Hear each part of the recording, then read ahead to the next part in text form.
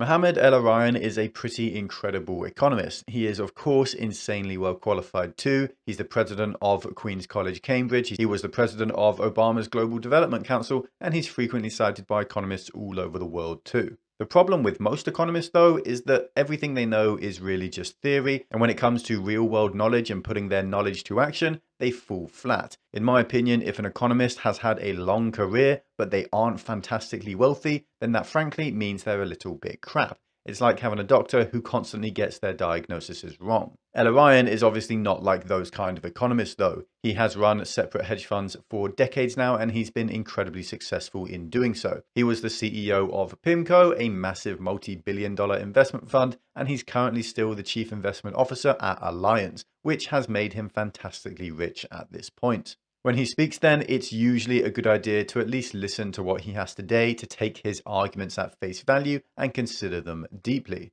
Now, about a month ago, that's basically what happened. He came out and spoke about massive problems that the market was facing, and he gave a frankly harrowing prediction. It's been a heck of a week to watch. And even though there are all these bad news headlines that are out there, the markets are doing really well. NASDAQ up by more than 5%. Is this a turning point? Is this a head fake? Is it just because there's so many people who are out on vacation right now? What do you think? Well, first, you're having a great time, so thank you for making us laugh. It's good on a Friday morning to laugh like this. Look, I think it's a combination of a relief rally and lower yields. That's what has been driving it. But the next few days, especially for the NASDAQ and on the back of the Snap results, are going to be absolutely critical. So the next few days are going to be very important in determining what happens next. What do you think of the Snap news? Is that indicative of much more than just issues at Snap? Oh, yeah, because the user base increased significantly, and yet their revenues were flat.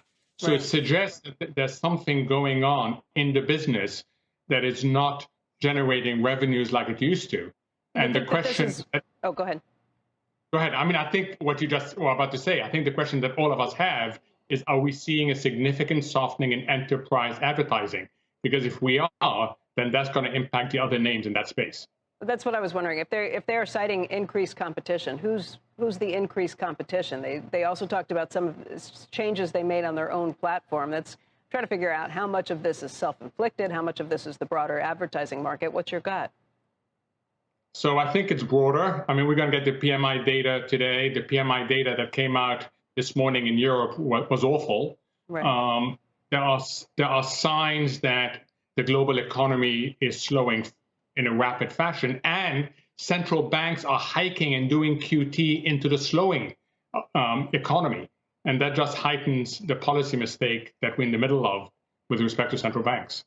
Is it going to be effective in terms of its intended goals for these rate hikes, going after inflation? You think it'll slow down?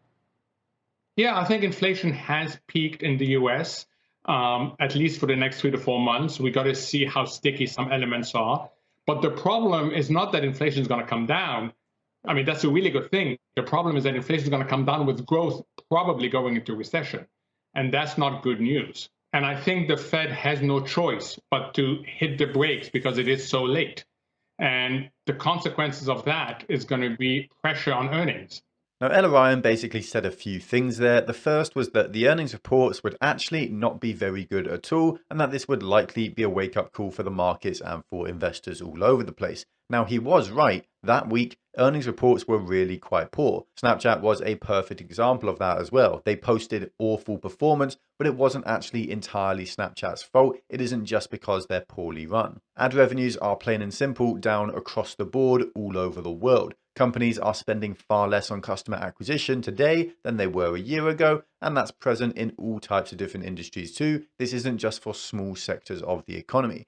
As a result of this poor performance though, Snapchat's share price tanked by 30% over the course of one single day. Snapchat is not, though, the only company to have posted bad results over the last earnings season. What made Snapchat different, though, is that its share price actually fell after its bad results, whereas plenty of other companies, they posted really poor earnings reports, but investors just saw those bad results and decided to ignore it all anyway. Year-over-year growth for some massive mega-cap tech companies like Apple was actually really bad. Their revenue growth was just 2% over the course of the entire year, and their net income was down by 10%. For Google, it was almost the exact same story, pretty much stagnant revenue growth and net income down by 10%. Despite this though, these companies rallied in the weeks after their earnings reports because the markets were just acting a little bit irrational, all based on this idea of a Federal Reserve pivot. Now, El-Erian was right about predicting a bad earnings report for these tech companies, and this was for a number of different factors. The biggest one, of course, being the recession and inflationary pressures on these businesses.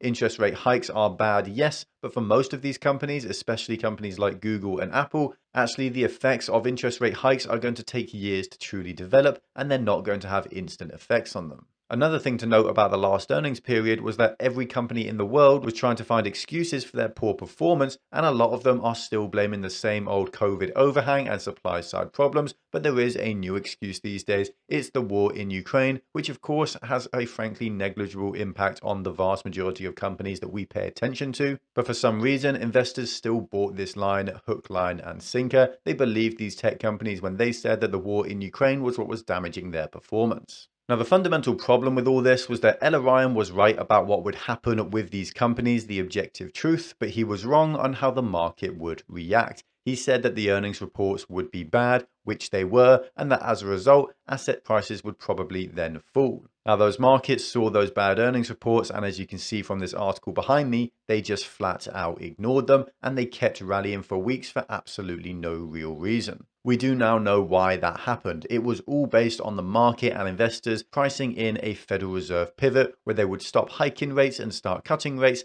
as the economy entered a recession. The Fed and Jerome Powell in particular now, with his Jackson Hole speech last week, has killed that idea outright, and so markets are finally starting to actually price in the bad news that they never did before, and they have no excuses left. As a result, over the last couple of weeks, the S&P 500 is down by 8% and the Nasdaq is down by 10% over that exact same period.